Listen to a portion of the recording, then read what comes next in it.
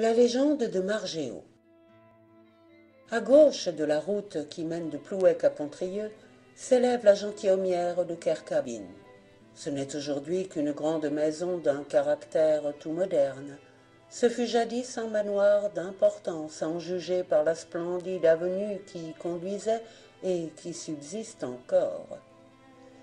Les seigneurs de Kercabine passaient pour de joyeux viveurs, un peu des trousseurs de route, mais surtout grands trousseurs de jupons. Ainsi nous les représente une vieille chanson populaire dont quelques couplets seulement ont survécu. Les jeunes filles en ce temps-là ne se risquaient guère aux abords du château. Non, je n'irai pas toute seule à Kercabine prendre du feu, car le Seigneur est à la maison qui me lèverait mon tablier. Il est vrai que, quelques vers plus loin, la même chanson ajoute crûment « Il n'y a pas une fille en Plouec qui n'est à Kercabine couchée ».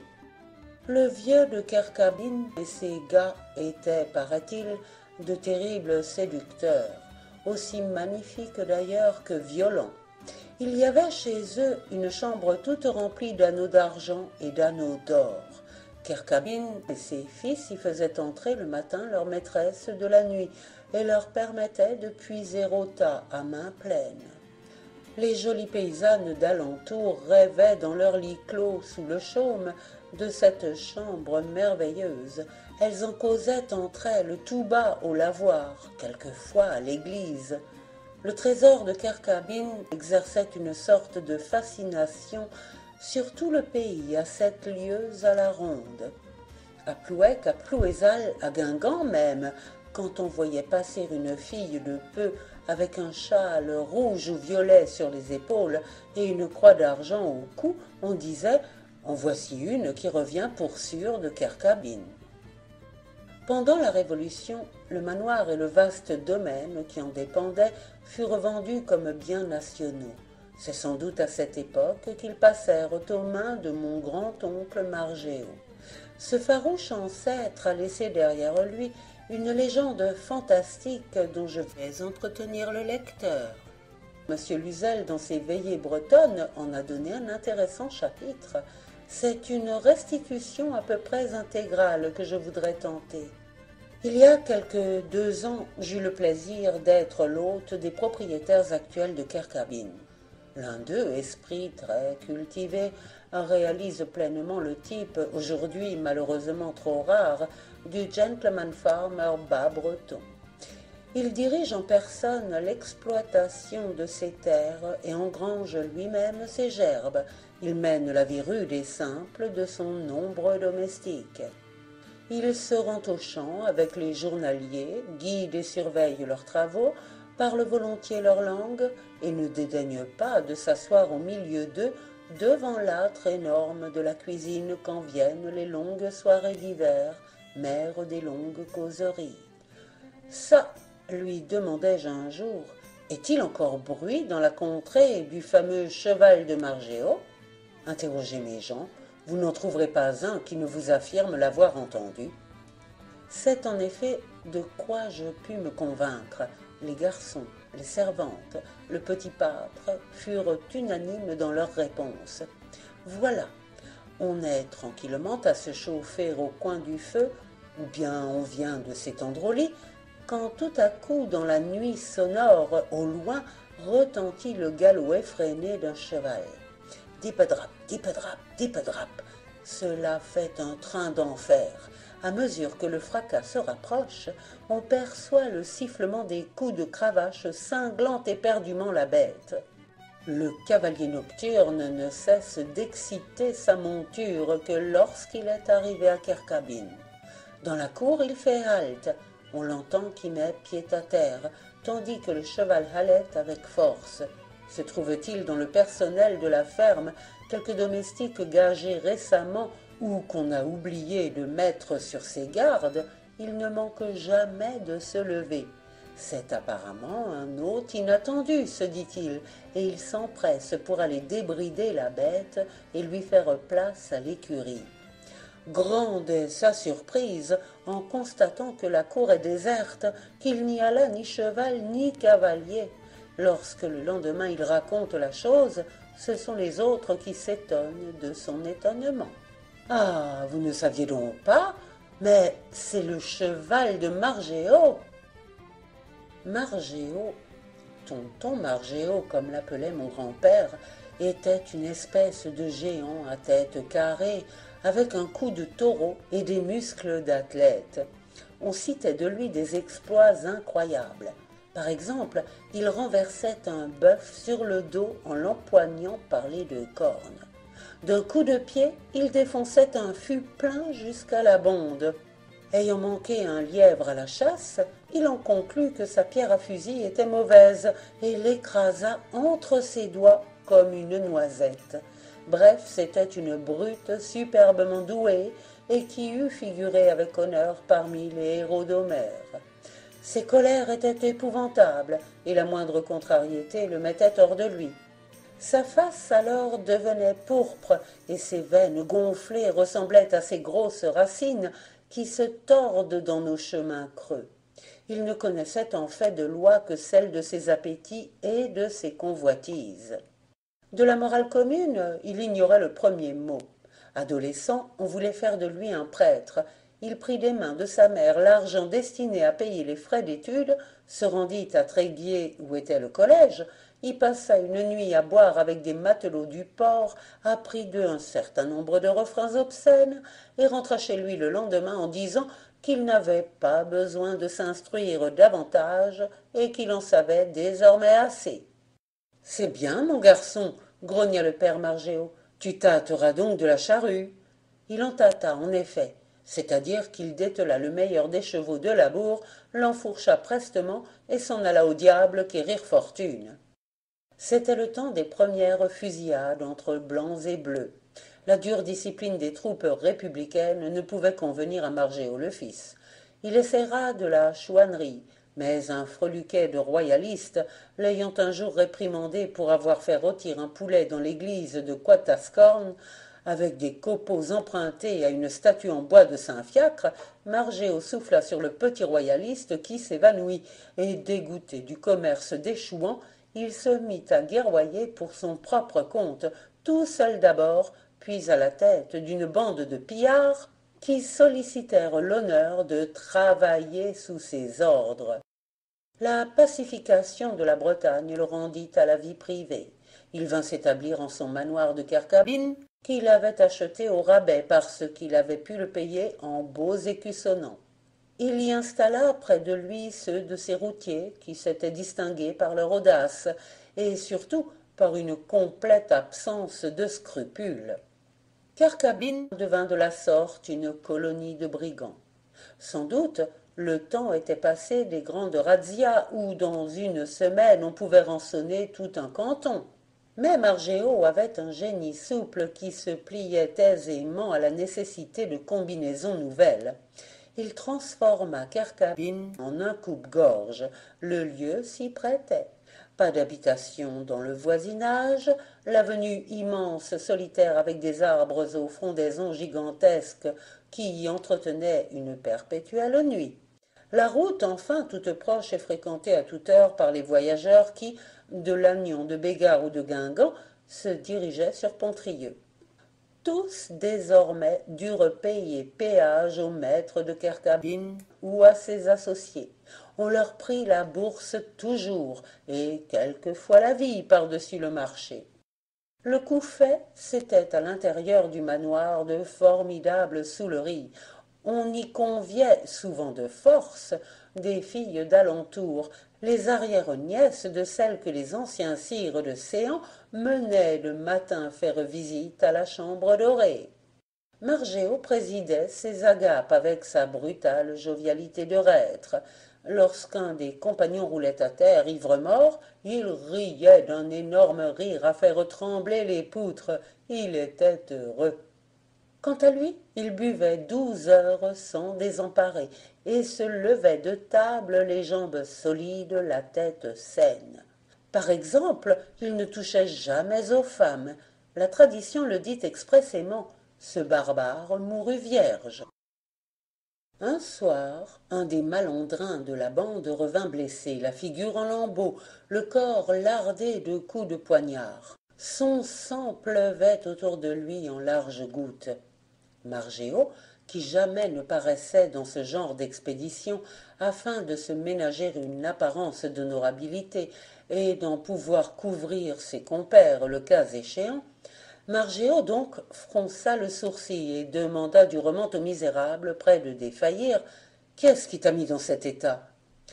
L'homme, après avoir craché quelques dents mêlées à quelques caillots, trouva la force de raconter son aventure. Il avait eu vent du passage d'un riche marchand de cochons.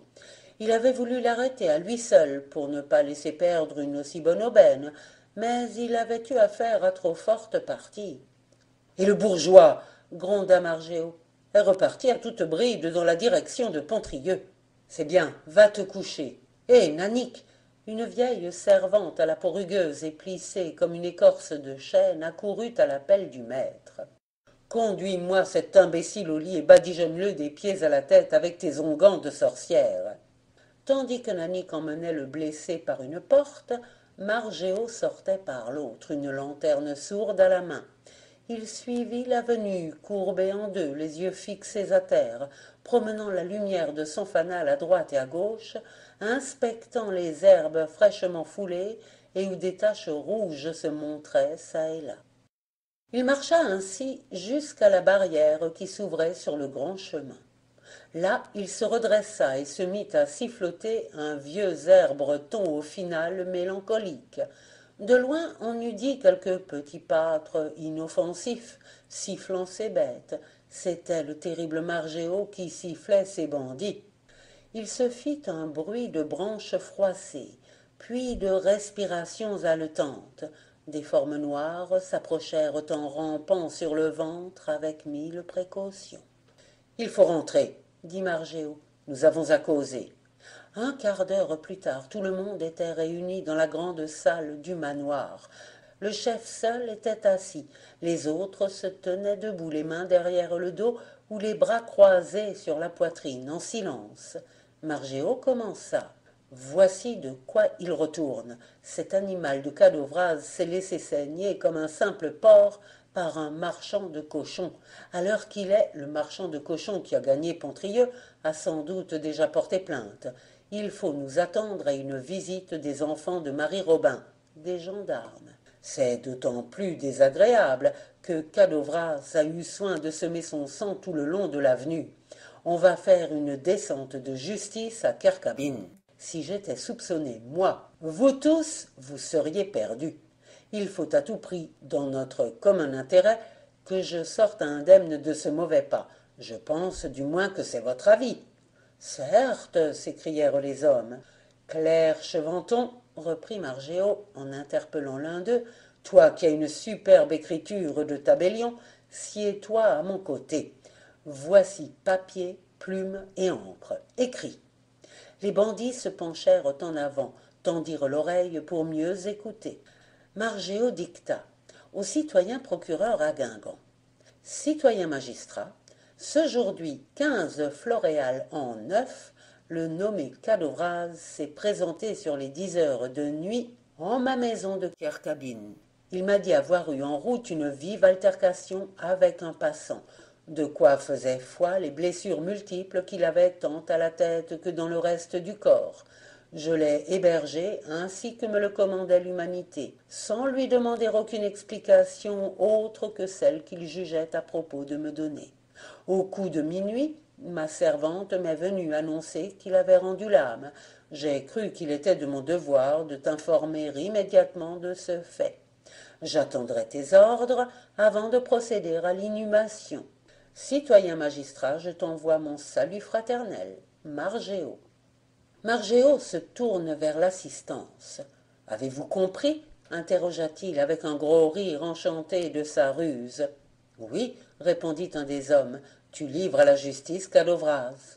Et je le livre mort, afin qu'il ne lui prenne pas fantaisie de nous dénoncer. Il suffira de quelques coups de couteau de plus. Dans le nombre, cela ne paraîtra point. » Les bandits s'extasièrent. Margéo leur apparut grandi de plusieurs coudées. Donc, reprit-il, que l'un de vous monte là-haut et qu'il l'achève, que cela se fasse vite et proprement. Quelqu'un s'éclipsa, mais pour revenir presque aussitôt. Ça y est, dit-il. Le clerc Chevanton se leva. Quoiqu'il eût tourné le dos au séminaire, il était resté dévot. En petit comité, on l'appelait Person Kerkabin, le recteur de Kerkabin. Il récita le De Profundis à voix haute. Margéo, cependant, remettait le pli dûment cacheté à un robuste gaillard, son aide de camp. Il importe que tu sois à Guingamp avant l'aube, Dolo. Prends à Wellick le bon cheval qui va comme le tonnerre. Dolo parti, le De Profundis terminé, Margéo congédia les bandits. Il ne garda près de lui que Chevanton. Comme il l'avait prévu, au point du jour, les gendarmes de Pontrieux firent irruption dans la cour du manoir. Il se rendit au-devant d'eux, les reçut sur le perron, leur souhaita la bienvenue. Les gendarmes, qui croyaient le surprendre, furent quelque peu décontenancés. « Tu nous attendais donc ?» demanda le maréchal des logis. « N'est-ce pas le citoyen procureur de Guingamp qui t'envoie ?» Ce fut une scène du meilleur comique. Margéo la prolongea par plaisir. C'était un fantaisiste. « Les traces de sang conduisent chez toi, c'est péremptoire. » Ainsi parlait le maître des archers. « Je ne le nie pas, » répondait ce brigand de Margéo. « C'est donc que le chenapan que nous cherchons est ici. À qui le dis-tu? Livre-le. Suivez-moi. » Margéo précéda les gendarmes dans l'escalier. Au premier étage, il ouvrit une porte. Dans la chambre, sur un grabat, était étendu Cadovraz.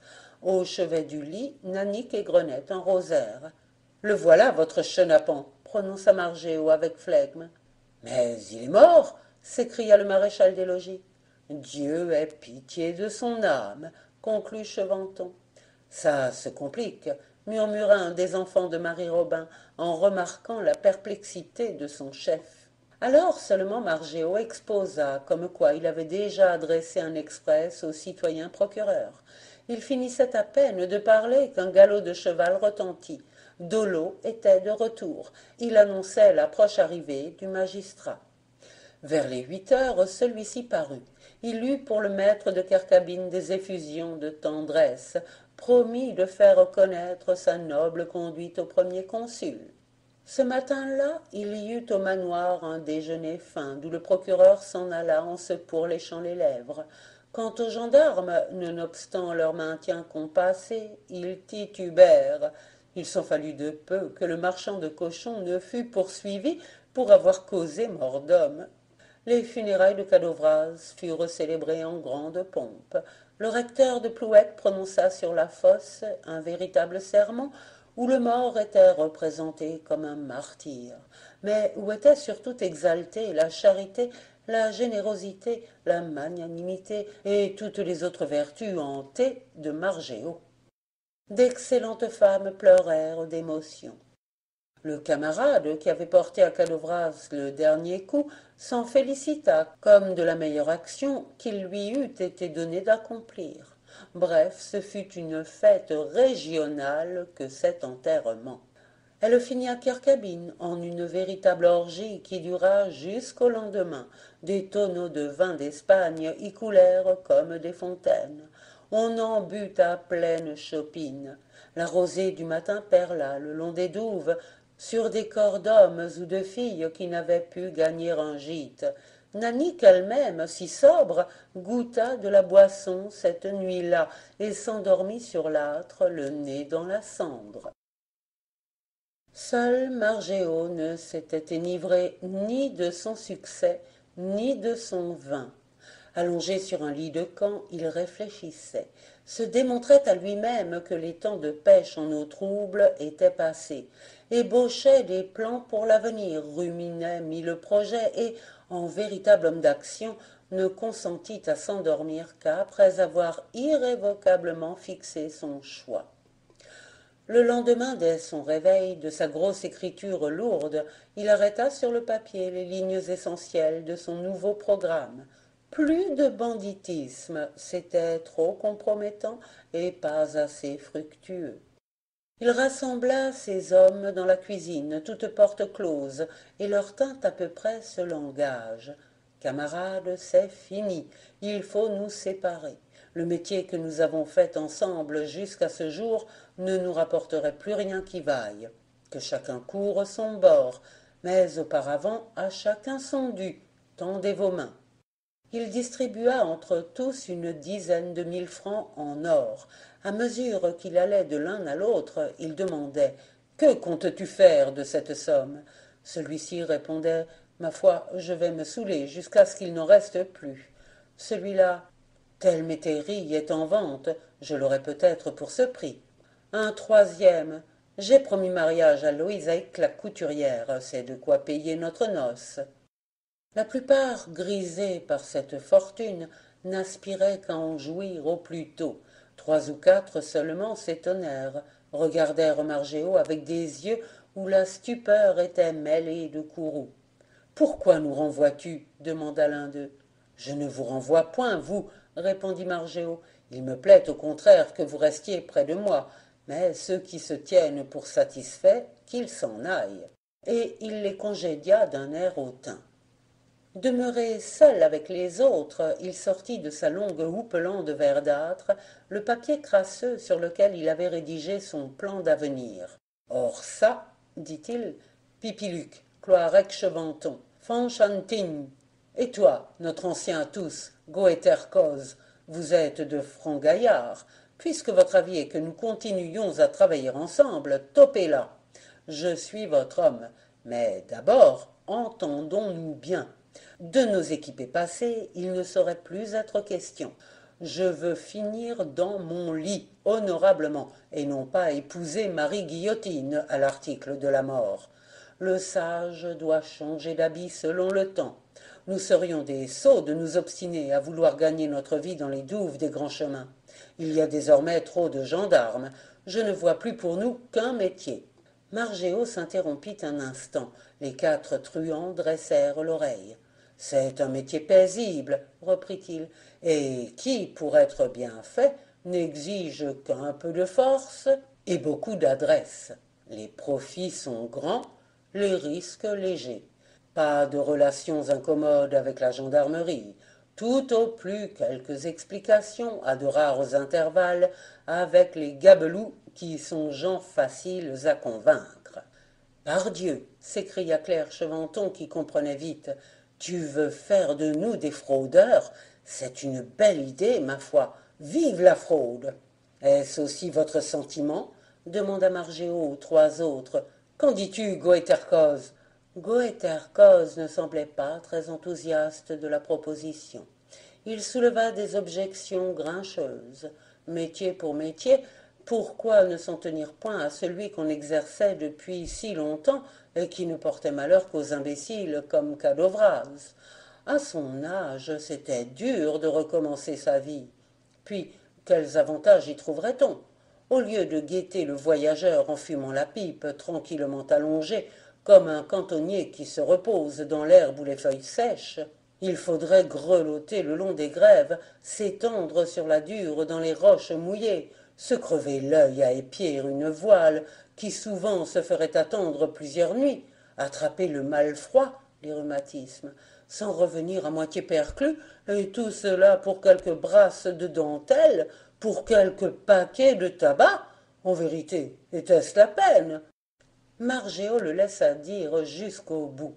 Quand le vieux eut fini de bougonner, « Goéter, » prononça le maître de Kercabine, « avec toute ton expérience grisonnante, tu n'es qu'une bête. » Il entra alors dans les détails de son plan, développant point par point les notes jetées sur le petit papier crasseux.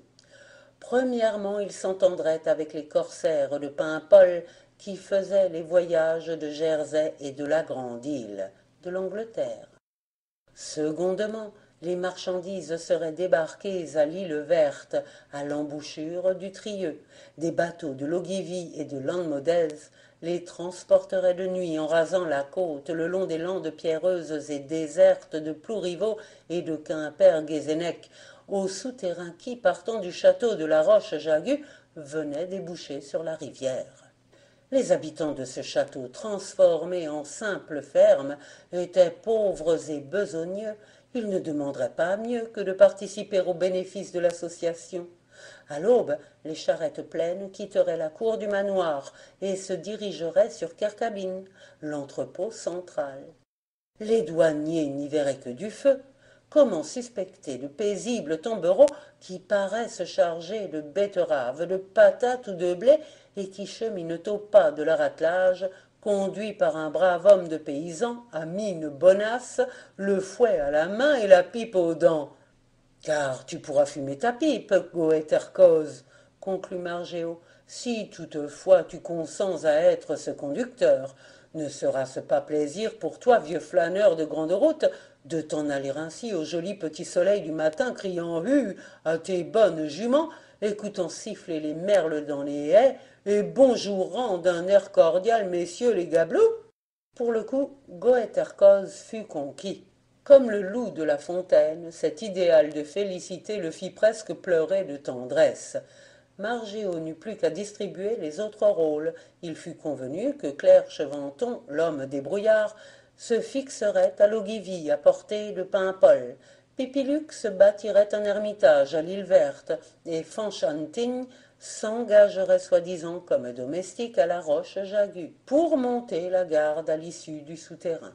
Quant à Margéo, inutile d'ajouter que, en sa qualité de bailleur de fonds et d'organisateur, il se réservait la direction suprême de l'entreprise.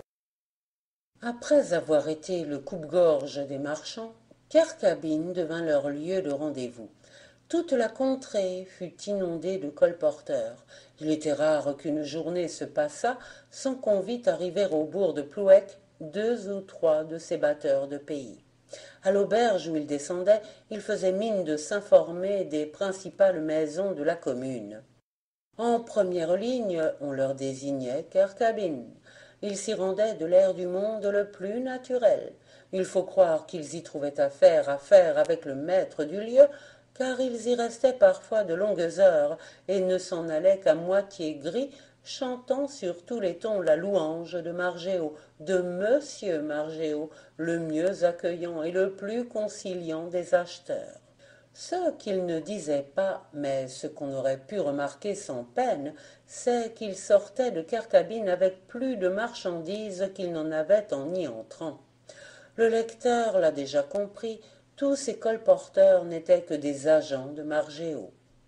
C'est par leur intermédiaire qu'ils déversaient sur tout l'arrondissement de Guingamp et même au-delà les 1000 objets de contrebande emmagasinés dans ces caves et dont la provision était sans cesse renouvelée par de continuels arrivages. Ce pirate de Margéo avait le génie de l'organisation. 2 mois lui avaient suffi pour créer et mettre en branle tous les rouages de cette singulière entreprise. 3 goélettes paimpolaises, affrétées par lui, sillonnaient pour son compte la Manche et même la mer du Nord. De temps en temps, il en venait une mouillée dans les eaux du Trieux, à l'entrée de la rivière, jouxte l'île Verte. Là, dans les ruines d'un ancien couvent, Pipi-Luc attendait. Un canot abordait à l'île, y débarquaient de lourds ballots. À la tombée de la nuit, Pipi-Luc grimpait sur une roche et y allumait un feu de brande.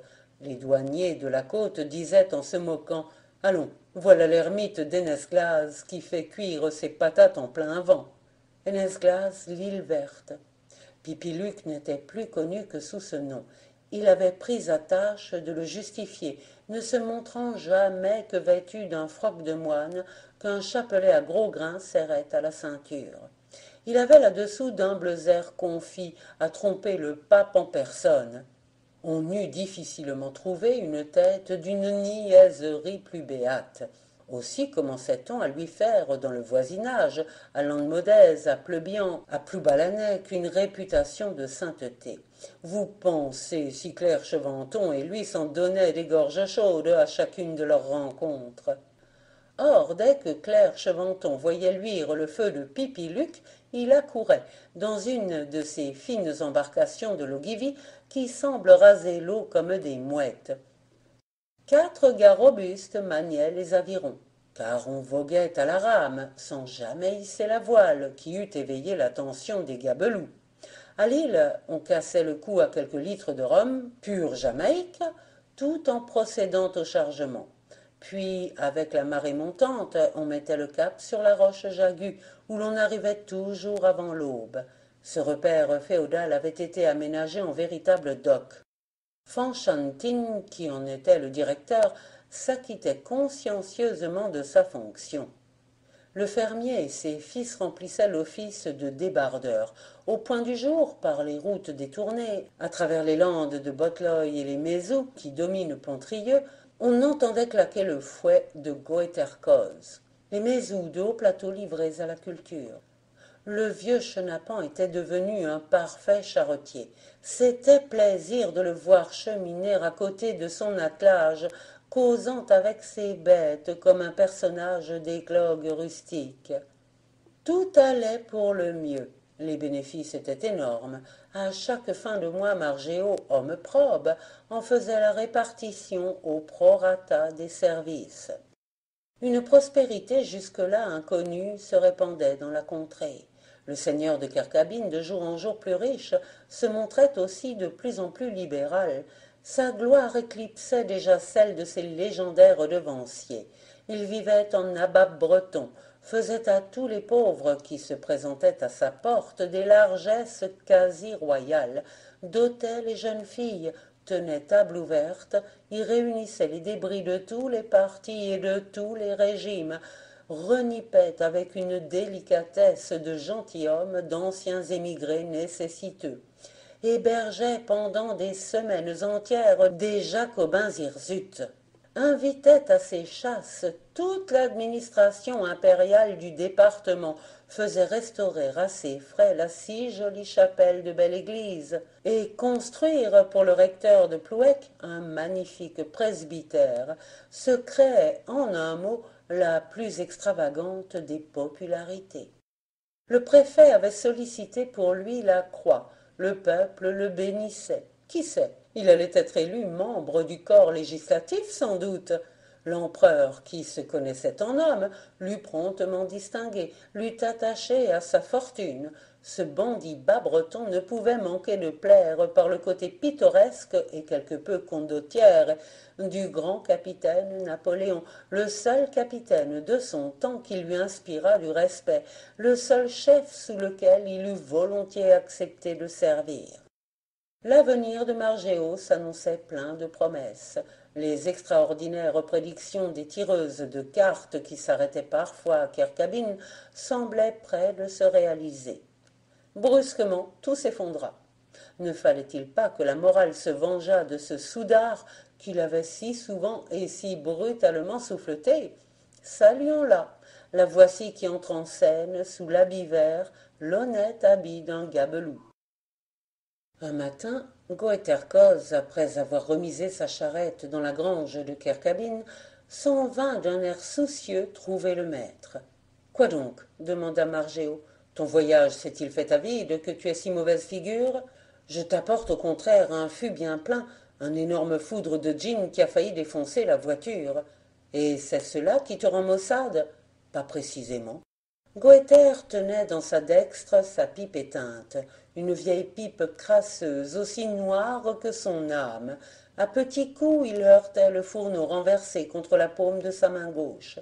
Lorsque le culot se fut enfin détaché, il continua.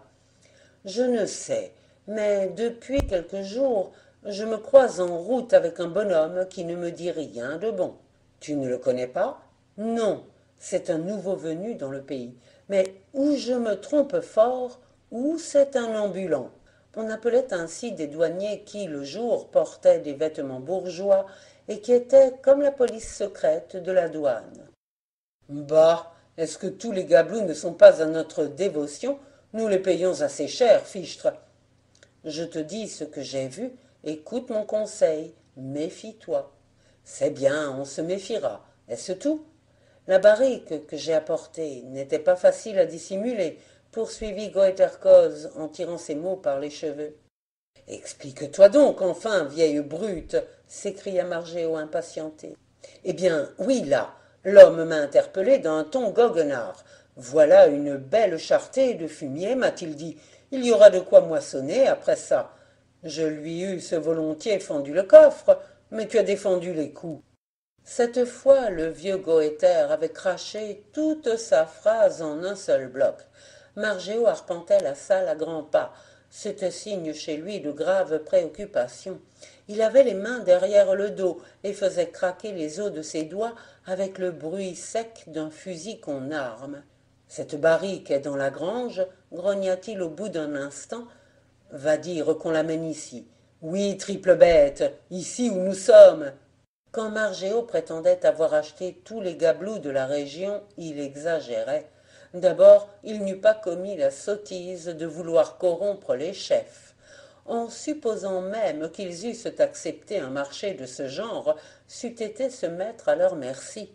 À quoi bon d'ailleurs? Ils n'avaient rien à faire avec les chefs. Ce ne sont pas eux qui montent les gardes de nuit dans les petits sentiers de falaise au long des flots. Non, il avait tout bonnement désintéressé quelques employés subalternes, quelques pauvres hères, qui ne pouvaient trouver de profit à faire leur devoir qu'à la condition d'y manquer sans cesse.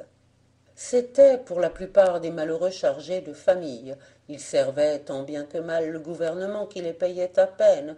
Ils fermaient les yeux sur les agissements de Margéo qui leur donnait l'aisance. Un d'eux, un sous-patron, avait reçu de l'avancement une quinzaine de jours auparavant et avait dû rejoindre dardard son nouveau poste. Un jeune homme l'avait remplacé, un Français de l'Est, une petite frimousse imberbe mais résolue. Margéo avait été prévenu de cette mutation par un de ses amis de Pontrieux. Mais le billet de l'ami ajoutait rien à craindre, c'est un blanc-bec, un enfant, presque une fille. Margéo, dès lors, ne s'en était pas autrement soucié. En quoi il eut tort? Les plus forts ont de ces vertiges, on ne saurait penser à tout. C'est ce que Margéo se disait le soir du jour où il eut avec Goëtherkoz la conversation relatée plus haut. Il pouvait être environ 9 heures.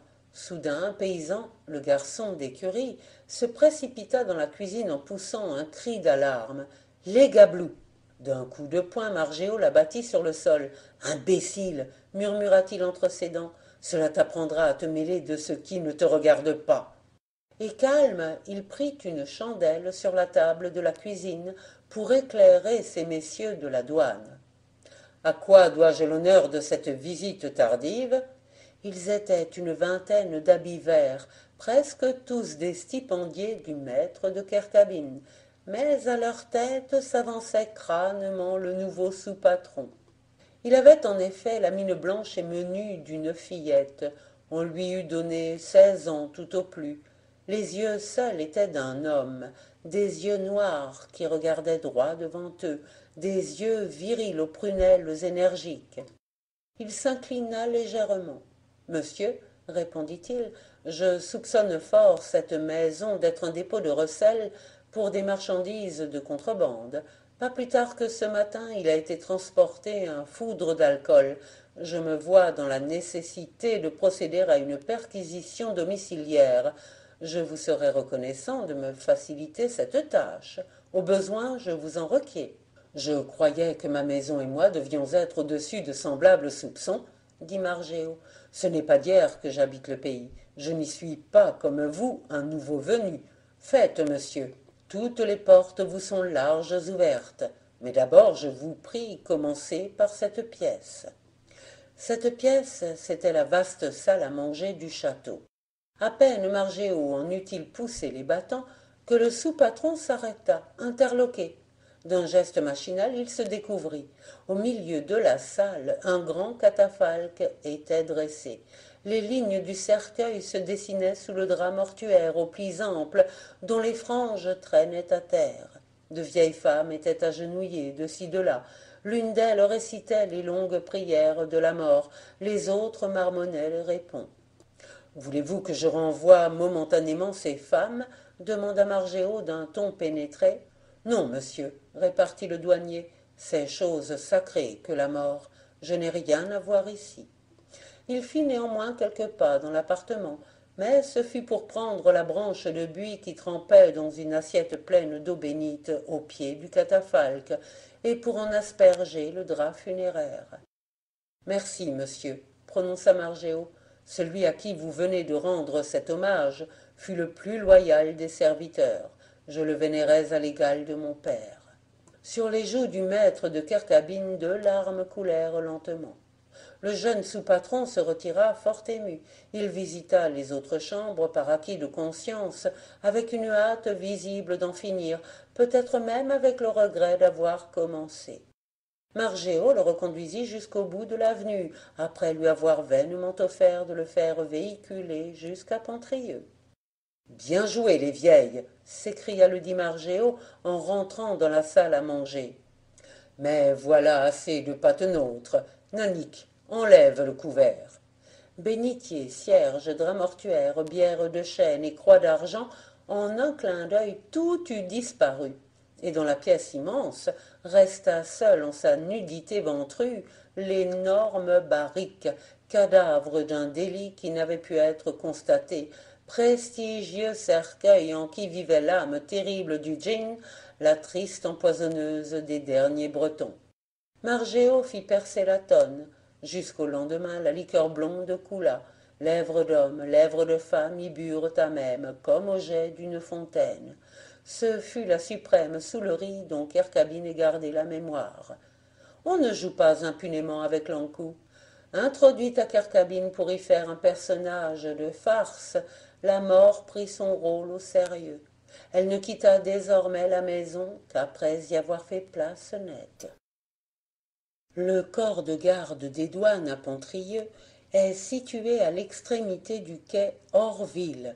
En 1805, il n'y avait sur ce quai qu'une auberge, un bouge plutôt, dont l'enseigne était un calembour, à l'encre noire, personnification de la mort en Basse-Bretagne.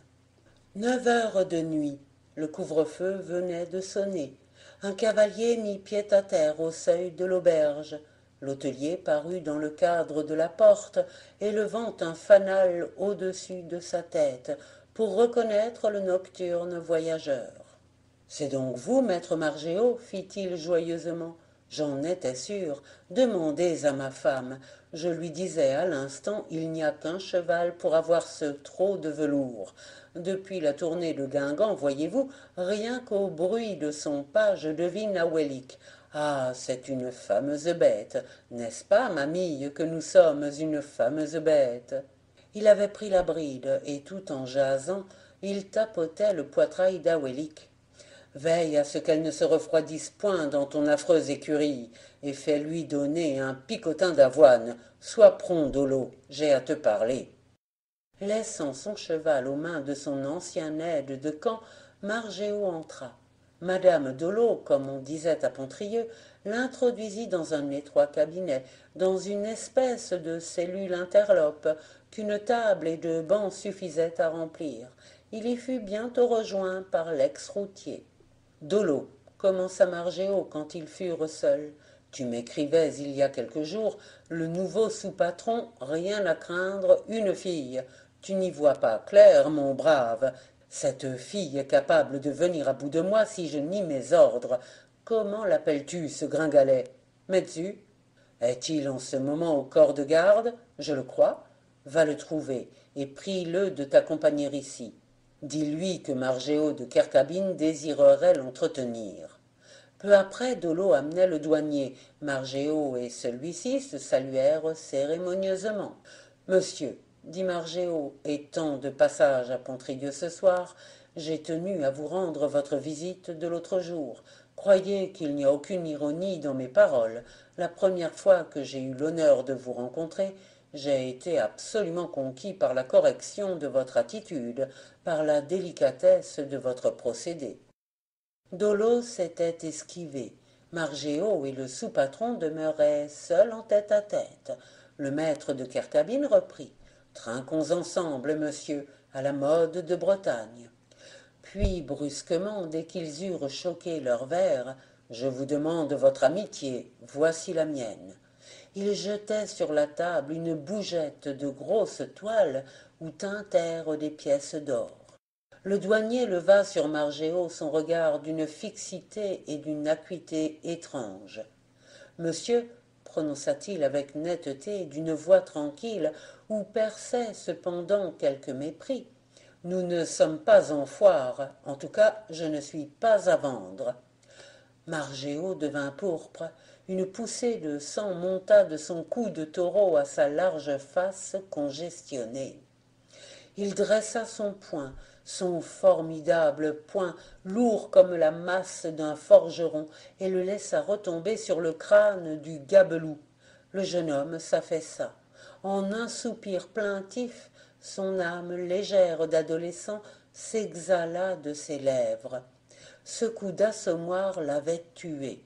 Mais quand Margéo se pencha sur lui, ses yeux noirs, dilatés, attachaient encore sur l'assassin leur regard d'une limpidité troublante. Sans savoir pourquoi, Margéo tressaillit. Il appela Dolo. « Ramasse cette bourse, lui dit-il en lui montrant la bougette. Celui-ci n'en a pas voulu. D'ailleurs, elle ne lui servirait plus de rien. Il a son compte. Si on vient chez toi réclamer le gabelou, tu diras que tu nous auras vus sortir ensemble, ce qui ne sera point un mensonge. » Margéo, soulevant le cadavre, venait en effet de le jeter en travers sur ses puissantes épaules. Qui aurait été cette nuit-là sur la route de Pontrieux à Lanvolon et de Lanvolon à Saint-Brieuc, se fut signé d'épouvante et n'eût pas manqué d'affirmer le lendemain qu'il avait vu passer le cheval du diable, rapide comme l'éclair et mystérieux comme la nuit. Margéo fut 2 jours absent de Carcabine. Le 3e jour, il parut au bout de l'avenue, monté sur Awelik, sa bête de prédilection. Il trouva les gendarmes installés chez lui et feignit une vive surprise. Le juge d'instruction aussi était là. Dans un coin, Nanick pleurait. « Monsieur Margéo, dit le magistrat en y mettant les formes, vous êtes accusé de meurtre. On a trouvé avant-hier dans l'écluse d'un moulin en amont de Pontrieux le cadavre du sous-patron des douanes Metzu, avec qui vous avez passé la soirée de vendredi à l'auberge de l'Ancre Noire, s'il faut en croire le témoignage des hommes de service cette nuit-là au corps de garde, corroboré par celui du cabaretier lui-même. Il est exact, monsieur le juge, que j'ai passé avec le sous-patron Metzu la soirée de vendredi, entre 9h15 environ et 9h30. Nous avons bu ensemble chez le cabaretier Dolo. Metzu, au sortir de l'auberge, me proposa de m'accompagner jusqu'à ce que je fusse hors ville. Nous nous séparâmes très cordialement à l'amorce de la route de l'Envolon. Il me souhaita bon voyage. J'allais à Saint-Brieuc, d'où j'arrive. C'est tout ce que je puis vous dire. Faites venir le meunier de Millinguern, commanda le juge d'instruction à l'un des gendarmes. La porte de la salle s'ouvrit. Le meunier entra. « Reconnaissez-vous cet homme ?» lui demanda le juge en lui montrant Margéo. « Je vous l'ai dit, il n'y a que Margéo pour avoir cette force. Il a fait tourner le douanier au-dessus de sa tête et l'a lancé au beau milieu de l'étang. D'ailleurs, je suis sorti en entendant le plouf du cadavre dans l'eau, et j'ai parfaitement vu le large dos de Margéo qui remontait la colline pour regagner la route. J'ai regardé à l'horloge du moulin, il était juste 10h20.